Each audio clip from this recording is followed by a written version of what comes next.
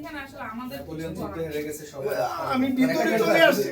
নিজের সন্তানের মতো মনে করেন তাহলে আমি ভিতরে তো সরি, আমি ভিতরে চলে আসছি। আমার একটু একটু দয়া করেন। আমার ওনার সাক্ষ্যটার কারণে শুধু উনি মুরব্বী মানুষ উঠতে পারে না, উনি সাক্ষ্যটার কারণে যেটা আমার এটা বাতিল হয়ে দিচ্ছে। হ্যাঁ ভাই, দাদা যাই বলেন না কেন সেটা ঠিক আছে, কিন্তু আইনগতভাবে জাতীয় ইলেকশনে আমার কিছু দায় দায়িত্ব আছে, সেটার বাইরে আমার যাওয়ার কোনো ইচ্ছা নাই। আমি খুবই দুঃখিত, আমি কিন্তু ভিতরে চলে আসলে আসছি। এই যে মুরব্বীর কারণে সাক্ষ্যটা দিবে, এই কারণে শুধু আমি এ করছি আর কি।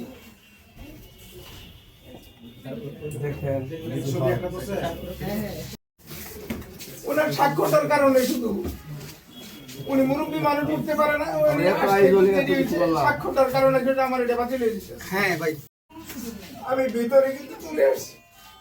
এটা হচ্ছে কি, আপনি আমার কক্ষেও ঢুকেছেন 5:05 তার উপরে আমার কাছে ওনারা 4:55 এসে ঢুকেছে। আমি তাদের ক্লারিক্যাল কাজগুলো করার কারণে ওনাদেরকে আপনারা এই যে মুরব্বী একটু খারাপ নিচে উঠতে ওটাকে আমরা ধরতে তো এই যে উনি ওই হাজি মানুষ ওনার এই সমস্যার কারণে এই যে আমার কিছু করার নেই। যে আচরণ বিধি সেটা আমরা এক ছিলাম। আমরা ভিতরে চলে আসছি 2 মিনিট অলরেডি ভিতরে চলে আপনারা ফোন দিচ্ছি বারবার যে আমার গাড়িটা একটু সমস্যা হয়েছে, আমার গাড়িটা একটু সমস্যা হয়েছে। এখানে আসলে আমাদের কিছু করার নেই। আমি ভিতরে চলে আসছি।